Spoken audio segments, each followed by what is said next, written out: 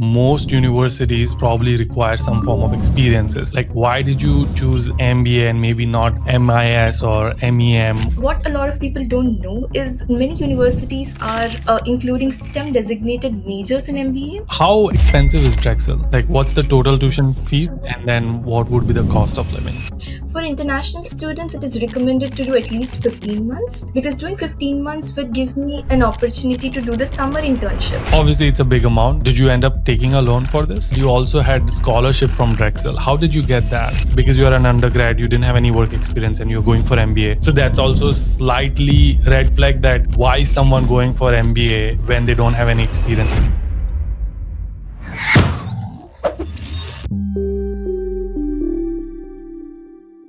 Thank you, Sweccha, for doing this. I am excited and welcome to another episode to the series we are calling "That's What She Said," which is powered by Empower. So I'm excited that you are going to be one of the women who's gonna inspire the aspiring ladies who are planning to come to in United States and wanting to study abroad. You are one of them who dare to dream. So I'm excited to learn more about your story. But before we get started, let's do like a quick intro. Where are you from? When did you come to United States? And like, what are you doing right now? Sure. So my name is Sweccha and I'm from Hyderabad in India. I came to United States like 5 months ago. It was in September this fall, 2024. So I'm pursuing my MBA at Drexel University. It is located in Hmm. Philadelphia in Pennsylvania. Nice. Okay. So 5 months is like super new.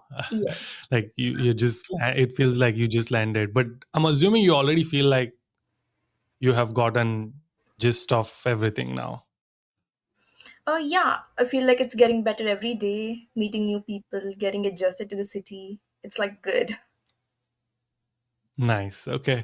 Cool. So, for the theme of this video, because again, I think you are probably the first one to talk about MBA in Mhm. United States, and a lot of people pursue their masters in United States. But in your case, you are doing MBA, which is slightly different, and not many people are doing MBA. So, I'm curious to explore: is MBA still alive, or are people still doing it? And if they are, who, like, what's happening with the MBA? Well, how do get it? How do people get into it? And then probably also a little bit about Drexel University as well. Does that sound fair? Yeah, that sounds good. So definitely, like to answer your question, if MBA is still alive, I would say yes, definitely. So according to me, people usually do MBA to accelerate their career. They do it somewhere in between the career. They probably have good experience in the industry, and when they are about to get promotions, maybe to go to managerial positions, that is when they choose to do MBA. But for me, it's like I'm just out of undergrad. It's so fresh, so for me, it's about growth. I'm trying to start a new career, and this is why I'm doing my MBA. But as I mentioned, a lot of people do it to kind of accelerate their career. So it is still alive, but as you mentioned, a lot of people just do masters when they come abroad, and not many think of MBA as they think it's not for them. What a lot of people don't know is many universities are including STEM designated majors in MBA. So MBA in itself is not Hmm. STEM, but at Drexel we have a lot of majors. For example, my major is marketing technologies and analytics. So this major makes my degree STEM. And we have many such majors like Hmm. accounting, finance, and we have economics, we have project management and all of that. So if you are someone who's already into an industry and maybe you're managing projects and you want to accelerate it and probably come to US, start working in the American companies, it is something you can consider. Nice. Okay, let's break it down step by step. So maybe we can go slightly back in your journey. You said you did bachelor's in IT. It was electronics and communication engineering. Right, right. EXTC. And did you have any work experience before coming to United States? It was an American financial company, and I was a customer support executive where my role was to talk to customers about their credit card issues. But I pretty much knew a lot about the back end since I worked there for an year, the whole final year I was at Atlanticus. And I got to know a lot about the back end of credit cards and the processing, how it works, how customer service works, how managers work, how teams work, and everything. So this is how I got interested in MBA. The people management of business is something I felt like I'm interested in rather than the technical industry. And I realized that it is also possible to blend technology in business, and that is what MBA is for. And this is how I got into MBA. Hmm. So again, going back to your background, you had EXTC and you had some experience during your college, but you don't have any full-time work experience after your graduation. Is that correct? Oh, that's correct. Yes. Yeah, nice. And so at some point you are like, okay, I love people management, I love tech and business, so I want to pursue MBA. But then, like you mentioned, like most universities probably require some form of experiences. So how did you, like, why did you choose MBA and maybe not MIS or MEM, or is there a reason why you chose MBA over those major? I felt like MBA is a very diverse course.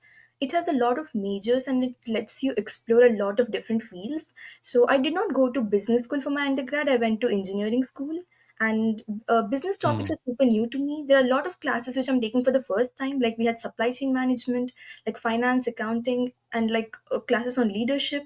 So usually, a lot of my friends did their undergrad in Drexel, and they had a lot of business classes, but I did not. So doing masters in one particular field would only give me exposure to that particular field and not the others. But I felt like I want to explore since Hmm. I do not have any industry yet. I don't know which industry I want to work into, and it's just that it would give me a larger scope. I chose MBA. Nice. Okay. So once you decided, okay, I'm going to go for MBA, what was your first step in terms of like, okay, now that I want to do MBA, did you decide the countries or you knew that you wanted to do United States? And if you did, then how did you start like shortlisting the universities? So shortlisting universities was pretty last moment. So I knew I wanted to study abroad. So I was looking for Canada and also US. But Canada didn't happen due to some financial reasons. They need GIC and blocked account and stuff. And America does not need it. So, and the loan process was also pretty simple for the American universities. This is what I felt. And I think the first step to set for any, like if you want to study abroad, the first step would be an English proficiency test. That is what I did. I took my Hmm. IELTS pretty early, and based on the IELTS score, I thought of applying. Then I was looking into the other exams like GRE and GMAT. But luckily, during the COVID time, a lot of universities decided to waive off these exams, and many just completely took it off the application, like they've cancelled it. They're pretty sure they're not going to take include it in the system, and I feel like Drexel is one of them.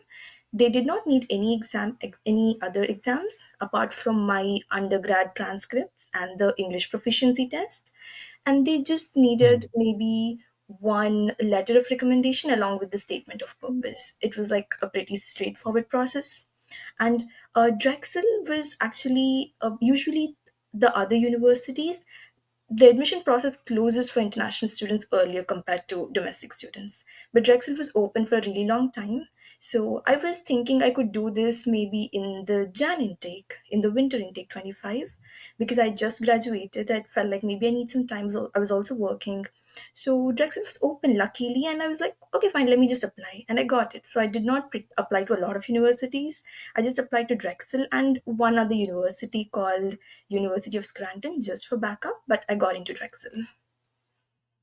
Nice. Okay. So you graduated, you wanted that 6 months of break. So then you would planning to come for spring.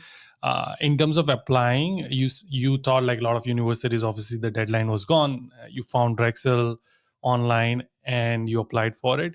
What was the timeline for spring intake? When did you apply? Like August, September? Uh, I think no, not August, September. I applied it like during summer in India. It was probably Hmm. during June, yes, May, yes, June, May, something. June, yes. Yeah. Got it. Okay. Nice. And of course, you got the admit and everything was like good. Uh, how expensive is Drexel? Like, So, what's the total tuition fees? And then what would be the cost of living? okay, so right now my program offers like multiple slots. Like I can finish it in either 12 months, 15 months, or 18 months. So since I-20 Hmm. mentions an expenses for 1 year, I would like to go with that. So on my I-20, the expense for 1 year is around $50,000. And the Hmm. cost of Okay. And living, yes. So Philadelphia is a bit expensive, I would say. And the cost of living, I mean, like everything combined, you might need like 1,500 or 2,000 per month based on how much you spend, apart from the rent and food. what? Yes. $2,000? Yeah. Okay. Is it because you have a personal bedroom, or if you were to share your room, maybe it's cheaper? Is that why? I mean, Yes, I I don't know do. if you have a personal bedroom. I'm just guessing. Uh, yes, I do. And 2,000 is not just the rent. I was saying like overall, like rent and the Yeah, food. yeah, If like you go rent, out, utilities, yes, food. utilities. And if you Yeah. go out with your friends, like cafe hopping and stuff on weekends. Yeah. So Cafe hopping, nice. Okay. That is expensive. So, assuming you're doing 1 year of, are you planning to do 1 year of MBA, or are you planning to extend like maybe 18 months or so? for international students, it is recommended to do at least 15 months because doing 15 months would Hmm. give me an opportunity to do the summer internship. Like I would have 3 months in Hmm. summer where I would have no courses but a summer internship. Like if I've started applying already, and if I get a summer internship, I can do it for that 3 months. So yes, I'm planning to Hmm. go for the Got it. 3 months right now.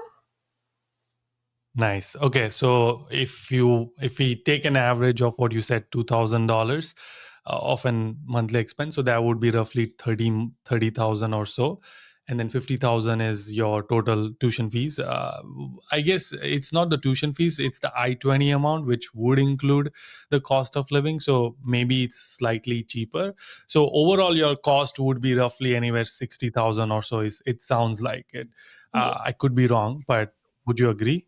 I would agree. Like for the whole tenure of the course, including everything, all the living expenses. Yes, I would agree. Okay. Obviously, it's a big amount. Did you end up taking a loan for this? Yes, I took a loan. I took a loan from MPOWER Okay. Stories. Nice. How's the process with them? It's pretty simple. It was like pretty quick. I applied. The application was pretty simple and I got a response within 3 business hours. That's like super crazy. 3 business hours. Okay, that's fast. So you just applied online, checked the eligibility, and then they said like, "Hey, looks like we will approve your loan," and then that's pretty much it. Super simple. Yes. Yes, it was that simple. Nice. Okay, cool. So at this point, you have MBA, you have figured out the cost, and now you are planning to, one of the things that you have to do is your F1 visa interview. How was that? How was F1 visa interview for, especially for MBA? Uh, I would say it was a bit tricky. I was asked like a lot of questions, and the interviewer Hmm. was a bit stuck on the financial part. The interviewer was like, your finances are not sufficient. What are you going to do? I said, they are sufficient. I have a fully approved loan for the amount. And the interviewer thought that it's a 2 year course, and she was like, the loan amount is just sufficient for 1 year. What are you going to do for the next year? Then I explained her that it's not a 2 year course, it's a 12 to 15-month course, and this is completely sufficient. I just tried to break down like the quarter system and everything, and finally she was convinced, and the visa was approved. Hmm. Which embassy was this? Like, was it Mumbai or It or was Delhi? Hyderabad. Where was this? Okay, it It's, was Hyderabad. Okay. Any other question? Because I was also under impression, like, because you are an undergrad, you didn't have any work experience and you're going for MBA, so that's also slightly red flag, that why someone going for MBA when they don't have any experience, because typically an MBA is like an experienced person who goes. yes. So any questions on that, or they didn't ask you this thing? No, they did not. They just asked me what was your undergrad project, which was something I did not expect. And I saw that she Hmm. made the decision already. She Maybe already kept. maybe if you can walk me, I would love to like kind of walk through the entire interview The entire experience. Like, interview. so you were in the line, Mhm. you were in the line, waiting for your turn to come. Then what happened? Okay, so the line is pretty long. It takes like 2-3 hours. Once you get inside, there are a lot of like, yeah, it's like a big queue. And once you enter inside, there are a lot of counters. And wherever whichever counter is moving faster, they send you there. So I was at my counter, and yes, there was my turn. And she asked me like about 10 questions. So I think Hmm. it started with which university you're going to, how many admits did you have, and what is your major? Why did you choose this university? Is there anything particular you like about this university? Why this program? And what was your undergrad CGPA? And explain your undergrad project, your work experience. I think I was not asked the work experience question. It was about my undergrad project. And yeah, pretty much Hmm. that's it. And the finances, the most important part.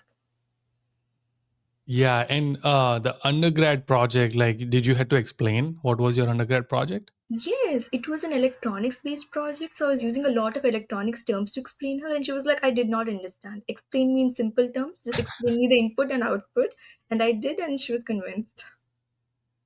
Nice. Okay. That is interesting. But after 10 questions, even after your finances, because I think at that point, I would be nervous, like if someone is drilling into like finances, but looks like you were pretty calm and composed. Maybe you were nervous at that point of Mhm. time, but it sounds like you still made it through and no problem. They still approved it. Like you were determined, like, no, no, give me my visa.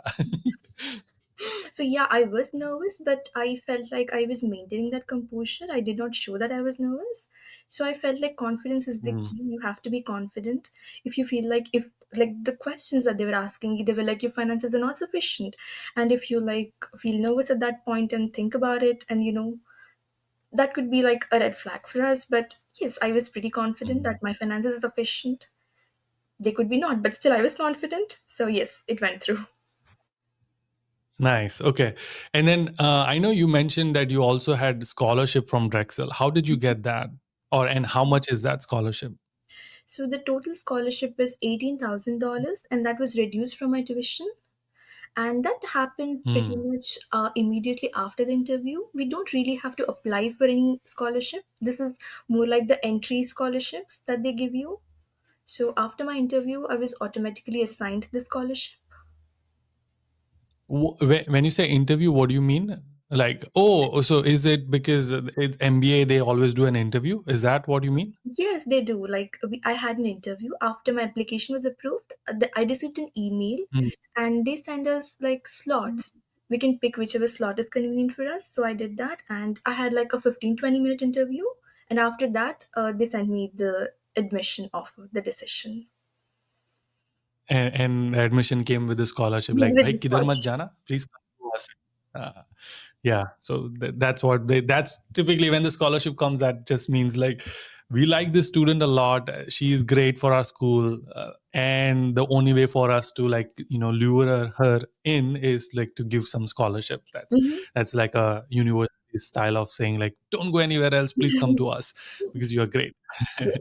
So can you also tell me like a little bit more about what did they ask you in the MBA interview for the admissions? Yeah, sure. So, a lot of it was like general questions about me, my background, why I want to do MBA, why I chose Drexel, and what am I expecting like after graduation.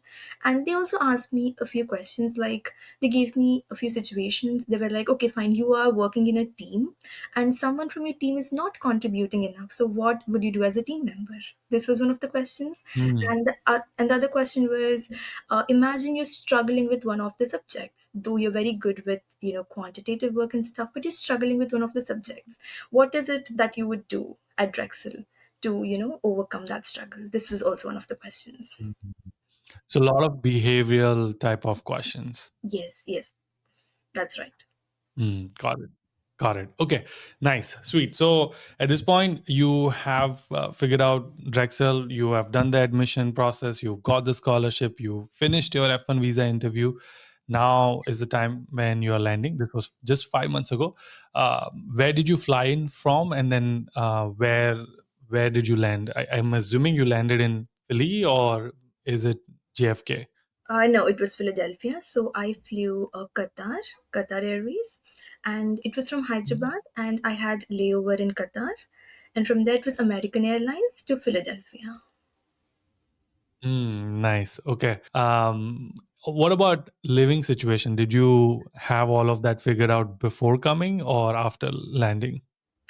Uh, Before coming, I tried to figure out a lot of things. The housing is a little bit tricky, I would say, because if you're coming for undergrad, a lot of undergrads stay in dorms. A lot of universities mandate Mhm. undergrads to stay in the dorms, but that is not the case with graduate students.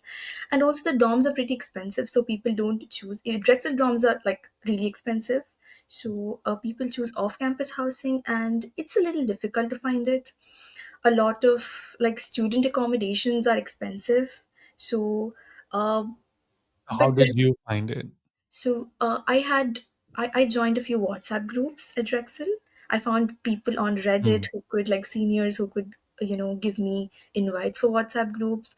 And like we had seniors already staying here, and they had few rooms vacant. So if they have a space in their lease, they just put a request in the groups that we have one bedroom empty. This is the cost, and this is how much utilities are going to be like in the lease tenure, and if that aligns with us, we can just sign the lease and stay in. But again, it's like a bit complicated process, I would say. It's not like that simple, but I did it. Nice. Okay. Cool.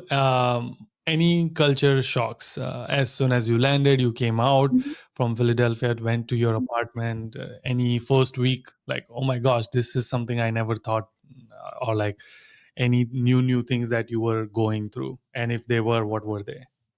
A lot of them, I would say. The first day I landed, I just came. I mean, I didn't go out, but the second day I needed a SIM card for my phone.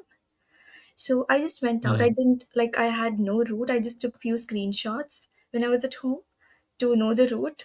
And it was pretty close. It was like a 15-20 minute walk, but still I needed the route. So I took screenshots.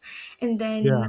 I went Yeah. out, and while crossing the road, like people are so kind. They just stop. Like in India, it's like super chaotic. It's such a nightmare to cross roads. People don't like follow the signals. There was no signal, but still they were waiting for me. I was like confused. Like, why are they waiting? I crossed, and then Why? Yeah. yeah, everyone are doing this thing. They're waiting for me to cross. I was like, super shocking the first day. Like, wow, people are like super kind. Yeah, yeah, yeah. I know. Same. So my mom and my brother is right now in United States. They're Mhm. visiting for the first time. So they had the same reaction when we were walking, and like we were on the light, and like we are waiting. Is like, oh, they are all waiting for us. Like we Mhm. feel so nicely treated. So I was like, That's yeah, yes, yeah. Pedestrians are given like the top priority over here. So yes, that's I know. I felt the same thing as well. yes. What else? What else? How has the 5 months been? What are the things that you're like getting used to it, or things that you feel like, you know what? If I can go back in time, I would prepare for all these things. I think the small talk culture in India, we get awkward talking to strangers, but Mm, here it's not like that. People are just so good, they just talk to strangers. It's so normal for someone to just compliment you on the road. So it's just that people are so kind in general. I would say the small talk yes. culture to just go to socialize, it's like pretty normal. So maybe this is something I would tell Mm, myself. It's okay to go and normalize to, make friends early. I am working on it, but I could have done it better. mm. Yeah, and also I think one of the things that, at least I'm not going to speak for all of India, but a lot of people in India, like including me, feel like, what are they going to think of me? Mm. What if I say something so stupid? So because of that fear, we don't even approach people. We don't even like go out of our comfort zone. So I think that was one thing for me that I had to like get over, that it's okay, like they're not going to judge you immediately, and if they do, then it's okay to for them to judge you. Mhm. But like, you don't let that stop you from even taking that action. So for me, that was like the big like learning lesson as well. Yeah, that's right. Yeah. Cool. But you finished your first semester in Drexel, um, first semester of MBA, and now you're into your second semester. What are some of the classes you took, and was there anything surprising that in your education, like, okay, wow, this is complete hands. So for me, it was like the practical hands-on projects that I had to work on was completely different, and the new experience, which I also appreciated it. But for you, like in MBA, like what is it? What classes are you taking, and what kind of projects did you work on? So we had one class in the first term. It was more like a residency course. We just had it for 3 days over the weekend, and it was a simulation Mm. class. So in that, we are supposed to manage a whole company. The name of the course was managing the total enterprise. So we have to simulate a lot of things. It was more like not coding but simulation. So we're supposed to give a lot of entries. For example, the market value, like the if you're launching a product, what would be the life of the product, what would be the price, and what would be the duration of like how the life of the product, and a lot of other things. And the whole company, we had to put in like the depth, the long term depth, the finances, the research and development department, everything. We had to work in groups, and every person was assigned one department in the company, and we had to like work on the overall growth of the company, which was like crazy for me, because we had to behave like we are managers and give solutions. And then we had like these conference talks where we would meet the other teams, and we have to discuss about our company with their company. That felt so real but also crazy at the same time. So this is something we had it in the first term. Amazing. Yeah, and I'm assuming your second semester is going on. Any crazy classes that you're taking this semester? So my concentration is marketing technologies, as I mentioned. So we have a class called Buyer Behavior Theory. It is like marketing plus psychology class. I kind of like it. We do like the Mm. professors show a lot of videos to us about a lot of things about like psychological behaviors and how it is related to buyers, like how they behave in the marketing domain. And I kind of like everything about it. I just like how they teach you. Mm. The teaching method itself is very different. It's like super interactive. And in India, we're usually, Mm. like they teach us, they usually say that if you have to be a good student, you should be disciplined, like keep quiet during the class and everything. But here it's not like that. The more interactive you are, the good student you are. Like you have points for class participation. Like we have like 20 30 Yeah. percent for like participation and everything. Exams are pretty low stake. We have just like maybe 100 points for exam out of like 1,000. So exams are not a big deal here, but in Mm. India they are. Like everything is just exam. Like if you score good in exam, that's like your final grade. But here it's not like that. Uh, you are Yeah. graded based on the kind Every of single person. project, every single assignments, every single class involvement, all of this lead to your total grade, That's 100% true. agreed. Yeah. That's true. Yeah. Nice. Okay. Obviously, you are in your summer internship hunt. I'm assuming that, unless you have gotten already in. Did you have you already had an internship offer or no, or still in Not the hunt? still in the hunt. I'm still applying. Nothing positive yet. So yeah, I'm trying. So hopefully, yeah, hopefully you'll hear soon. What about your seniors? Have they gotten internships and like full time job who have pursued the same like MBA from Drexel? So that depends. I do not know a lot of international students. So for the domestic students, since they do not have any visa restrictions, they can also start applying to Hmm. full-time jobs. A lot of my classmates already have full-time jobs and they're still doing a full-time MBA. Like they work remotely, so Oh, instead of interesting. Yeah, yeah, yeah, yeah. Okay. Yes. they work remotely, and we have like maybe 3 or 4 classes a week. So they just take time off and attend the class and go back to work. So it's like everyone has a different Hmm. different story. And so internships, yes, people do get internships, but they say it's a lot of struggle. You need to face a lot of rejections, like hundreds of rejections, emails, and finally you get one. It's like a super stressful Yeah. process. Yeah. What about on-campus job? Do you have one, and are there on-campus job on in Drexel? There are a lot of on campus jobs, but again, Drexel is huge, so it's pretty competitive and they just get filled up. I have tried, but I haven't got any. And yes, Mm, it's like pretty competitive. nice. Okay, cool. Before we wrap, what advice would you give to aspiring women who is planning to come, or just international students who are planning to come to United States for MBA for Drexel? What is one advice would you give them? One advice is that it's okay if you feel that you're not ready. Maybe we are never 100% ready for anything, but we just have to go out and do it. This is what I feel. And I feel like Mm, it's okay. Like if you do it, it will be worth it. I know it's not easy, but again, it will be super overwhelming. We will feel like giving up a lot of times, but again, like it will be worth it to go through this whole transformative journey. nice. I love it. Yeah, same for me. I say this story again and again that 10 years ago, if someone would have met me, I'm not Mhm. the same person because I go through the personal growth transformation as well, not just professional. Obviously, I grew there, but I also grew as a person, as a human being, because I learned a lot of things as I was going through my master's journey. So I love the advice that you gave. Cool. Thank you again, Sweccha, for sharing your journey so far in MBA and in Drexel.